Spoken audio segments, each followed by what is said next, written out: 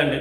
చాలా మంది ఇల్లు కొనుక్కుంటే మేము ఇల్లు కొనుక్కున్నామని చెప్పేసి దేవుడు స్తుతించడానికి బదులుగా వాళ్ళు గొప్ప చెప్పుకుంటారు. మేము సంపాదించుకున్నామండి, మరి ఈ రీతిగా మేము ఇల్లు కొనుక్కున్నామని చెప్పని ఉంటారు.